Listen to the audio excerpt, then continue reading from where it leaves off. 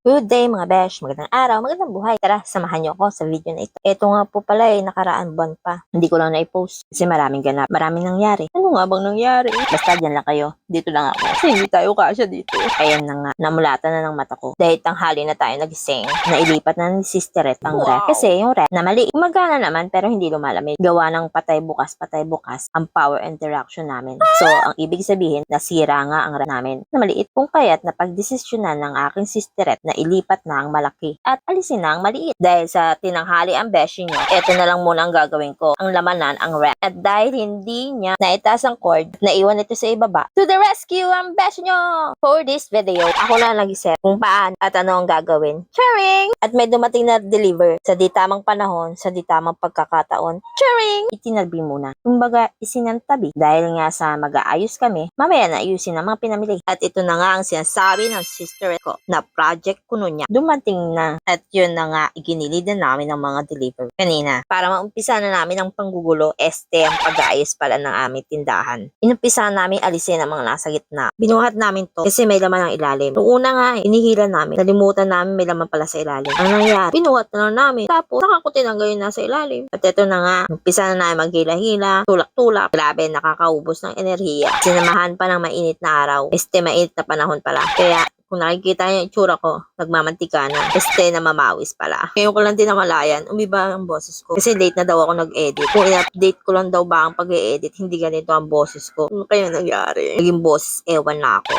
Ewan ko ba? Pagpatuloy na nga natin ang panggugulo sa tindahan, ang pag-aayos sa tindahan. Habang nga po pala kami nag-aayos ng tindahan sinasabay na rin po namin ang pagbebenta. Kasi wow! Maiwasan na habang nag-aayos sa tindahan, may nabili rin po. Pero syempre, ako nagtitinda. Ate ko nagtutuloy sa pag-aayos. Kasi siya naman po ang may alam ng style. Ako'y pawang tagatingin lamang at tagasunod sa kanyang mga gustong style at gustong mangyari. Diba? Dahil ako'y pawang tindera lamang at yun lamang tanging alam. At ito na nga, ipinagpapatuloy na namin ang sasagawang pag-aayos ng tindahan. Walang humpay ang aming ginagawang pag-usog sa tamang lagayan at sa tamang posisyon. Sa mga nais at gustong paglagyan ng sisteret ko. Minsan nga sinisiyasat muna niya. Pag di niya nais ang posisyon, ibabalik niya. O kaya ililipat na naman. Siyempre, andito ang sisteret niya at tutulong kung saan niya ilalagay. Kaya ito ako lagi lang nakantabay at laging on call ang beshi nyo. Siyempre, may free merienda attached. Kaya laging go lang tayo. At habang inaayos natin ang tindahan, sinasabay na rin natin ang mga delivery. Kasi lang naman ipabukas pa yan di ba? Kaya kailangan habang nag-aayos, isasabay na rin ang mga pagsasalangsang ng ating mga tinda. Kasi nga ganun yon. Sa pag-aayos namin ngayon, may konting pagbabago. May binigyan ng priority at mas may binigyan ng priority. Ano daw yon? Pareho ng priority. Kasi nasa tindahan, ano lang priority? Tinitinda mo yon. Kaya lahat may priority. Para sa naman yun. Tuloy na nga natin ang ating pag-ayos. Saan sana tayo napupunta? Itong project na sisteret ko may kasunod pa. Pauna lamang ito. Dahil meron pa siyang susunod na project. Kaya antabay lang po tayo. Ano ito? Abangan na susunod na kabanata. Pero parang ganun na nga. Kasi hindi ito matatapos. Minsan nga yung mga bumibili, ay, bago na naman ang ayos. Bago na naman ang pwesto. Ano to? Hanggang kailan to? Siyempre, hanggat nagtitinda kami. Hanggat bukas ang tindahan namin. Sa maliit na tindahan, hindi pwede ganun lang ang style. Mabuti kung grocery na ito. Kasi yun, walang pagbabago. Pero kung gayet ang tindahan mo, maraming pagbabago. Maraming mababago. Tindera lang hindi. Kaya asahan nyo na lagi ng bago ang makikita nyo sa aming tindahan. At ang malaking pagbabago na aming tindahan. Parang wala naman. Konti lang nga nagbago. At ito na nga ang tindera, hindi nagbabago. Kahit nananawa na sila. Kahit ayaw na nila sa amin. Pero wala silang nagagawa. At wala silang magagawa. Dahil ako lang nag-iisang tindera na beshi nyo. At beshi nyo lahat.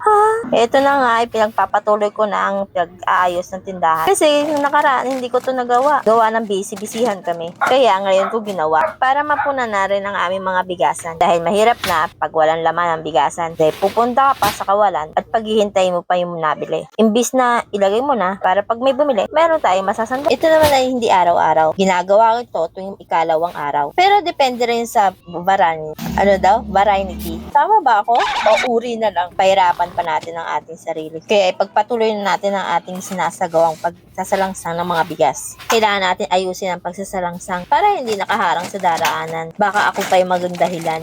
Sa akin pa isisi ang mga bagay-bagay Kaya kailangan na natin isaayos. Isalansa para walang mapahamak. Yan na nga, pinagpatuloy ko na hanggang sa ako'y mata. Dahil hindi pa sapat ang pagsasaayos at pagsasalangsang na ginawa namin nakaraan. Ito na nga, dinagdagan ko na ang mga bagay-bagay na kulang pa. Sa aking pagtitinda, hindi lang naman yun ang aking ginagawa. Kung yung pagmasdan, naglalagay din ako ng mga bagay-bagay na kulang. Minsan hindi ko pa nilalagay. Kasi hindi ko namamalayang ubos na pala. Nakikita ko na lang pag may naghahanap na. Tapos sa ako kukunin sa pinagtataguan niya. Pero minsan yung iba, walang-wala na talaga. Yung wala ng backup, ano daw? Salamat po sa inyong pagtsatsaga. Hanggang sa muli. Gagawa po ulit ako sa susunod.